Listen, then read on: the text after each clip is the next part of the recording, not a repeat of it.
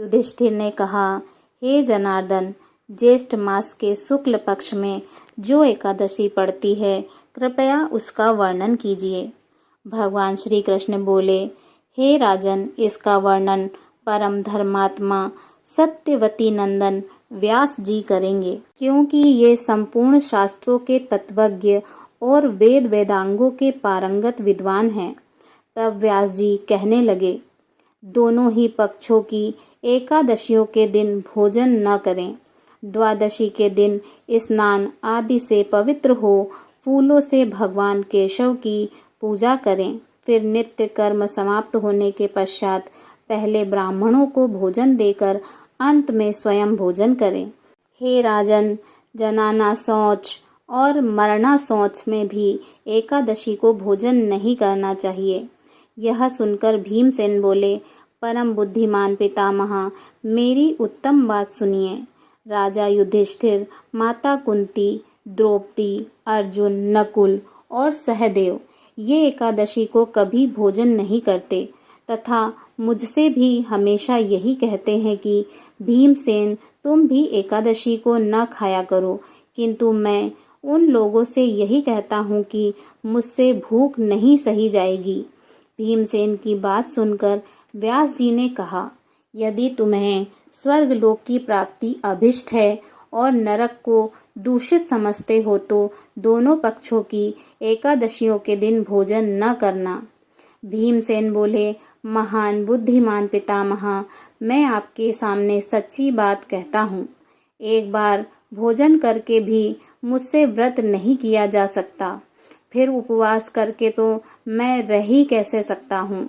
मेरे उदर में वृक्क नामक अग्नि सदा प्रज्वलित रहती है, अतः जब मैं बहुत अधिक खाता हूँ तभी यह शांत होती है। इसलिए महामुने, मैं वर्ष भर में केवल एक ही उपवास कर सकता हूँ, जिससे स्वर्ग की प्राप्ति सुलभ हो जाए तथा जिसके करने से मैं कल्याण का भागी हो सकूं। ऐसा कोई एक व्रत निश्चय करके बताइए, मैं उसका यथोचित रूप से पालन करूंगा। व्यास जी ने कहा, भीमसेन, ज्येष्ठ मास में सूर्य वृष राशि पर हो या मिथुन राशि पर शुक्ल पक्ष में जो एकादशी हो उसका यत्न पूर्वक निर्जल व्रत करो। केवल कुल्ला या आचमन करने के लिए मुख में जल डाल सकते हो, उसको छोड़कर किसी प्रकार का जल विद्वान पुरुष मुख में न डालें, अन्यथा व्रत भंग हो जाता है। एकादशी को सूर्योदय से लेकर दूसरे दिन के सूर्योदय तक मनुष्य जल का त्याग करे तो यह व्रत पूर्ण होता है। तदंतर द्वादशी को प्रातः काल में स्नान करके ब्राह्मणों को विधि पूर्वक जल और सुवर्ण का दान करें। इस प्रकार सब कार्य पूरा करके जितेंद्रिय पुरुष ब्राह्मणों के साथ भोजन करे। वर्ष भर में जितनी एकादशियां होती हैं उन सब का फल निर्जला एकादशी के सेवन से मनुष्य प्राप्त कर लेता है, इसमें तनिक भी संदेह नहीं है। शंख, चक्र और गदा धारण करने वाले भगवान केशव ने मुझसे कहा था कि यदि मानव सबको छोड़कर एकमात्र मेरी शरण में आ जाए और एकादशी को निराहार रहे तो वह सब पापों से छूट जाता है। एकादशी व्रत करने वाले पुरुष के पास विशालकाय, विकराल आकृति और काले रंग वाले दंड पाशधारी भयंकर यमदूत नहीं जाते। अंतकाल में पीतांबरधारी, सौम्य स्वभाव वाले, हाथ में सुदर्शन धारण करने वाले और मन के समान वेगशाली विष्णु दूत आखिर इस वैष्णव पुरुष को भगवान विष्णु के धाम में ले जाते हैं। अतः निर्जला एकादशी को पूर्ण यत्न करके उपवास और श्री हरि का पूजन करो। स्त्री हो या पुरुष, यदि उनमें मेरु पर्वत के बराबर भी महान पाप किया हो तो वह सब इस एकादशी व्रत के प्रभाव से भस्म हो जाते हैं। जो मनुष्य उस दिन जल के नियम का पालन करता है वह पुण्य का भागी होता है। उसे एक एक प्रहर में कोटि कोटि स्वर्ण मुद्रा दान करने का फल प्राप्त होता सुना गया है। मनुष्य निर्जला एकादशी के दिन स्नान, दान, जप, होम आदि जो कुछ भी करता है वह सब अक्षय होता है।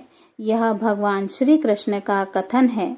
निर्जला एकादशी को विधि पूर्वक उत्तम रीति से उपवास करके मानव वैष्णव पद को प्राप्त कर लेता है। जो मनुष्य एकादशी के दिन अन्न खाता है वह पाप का भोजन करता है। इस लोक में वह चांडाल के समान है और मरने पर दुर्गति को प्राप्त होता है।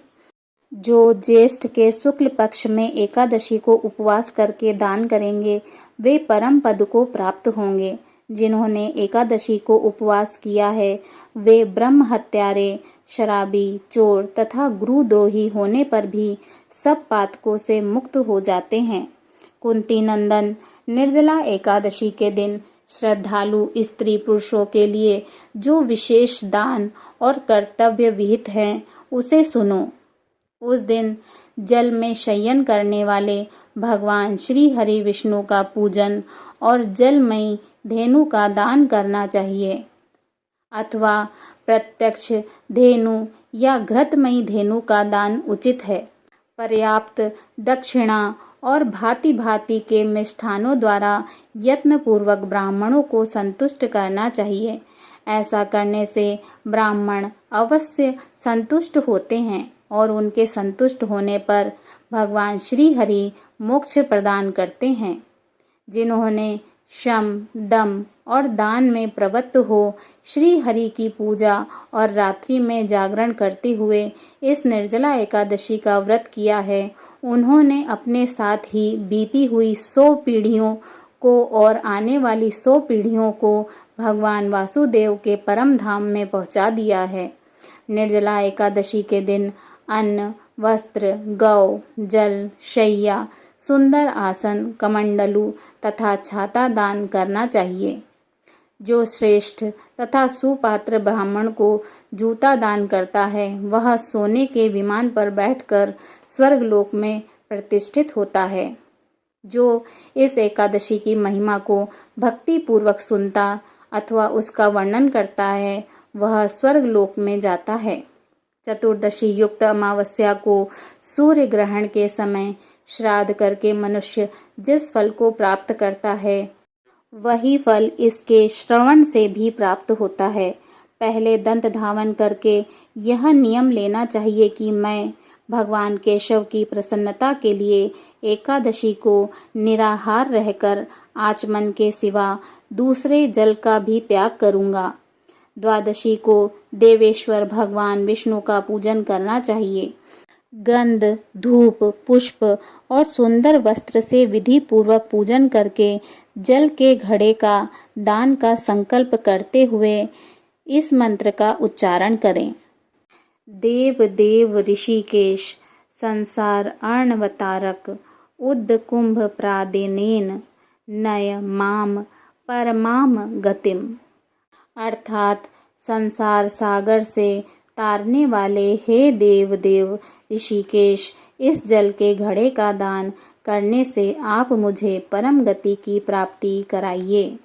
हे भीमसेन, ज्येष्ठ मास में शुक्ल पक्ष की एकादशी को जो शुभ एकादशी होती है उसका निर्जल व्रत करना चाहिए। उस दिन श्रेष्ठ ब्राह्मणों को शक्कर के साथ जल के घड़े का दान करना चाहिए। ऐसा करने से मनुष्य भगवान श्री हरि विष्णु के समीप पहुंचकर आनंद का अनुभव करता है। तत्पश्चात द्वादशी को ब्राह्मण भोजन कराने के बाद स्वयं भोजन करें। जो इस प्रकार पूर्ण रूप से पाप नाशनी एकादशी का व्रत करता है वह सब पापों से मुक्त हो आनंदमय पद को प्राप्त होता है। यह सुनकर भीमसेन ने भी इस शुभ एकादशी का व्रत आरंभ कर दिया। तब से यह लोक में पांडव द्वादशी के नाम से विख्यात हुई। बोलिए श्री हरि विष्णु भगवान की जय। माता लक्ष्मी की जय। ओम नमो भगवते वासुदेवाय नमः।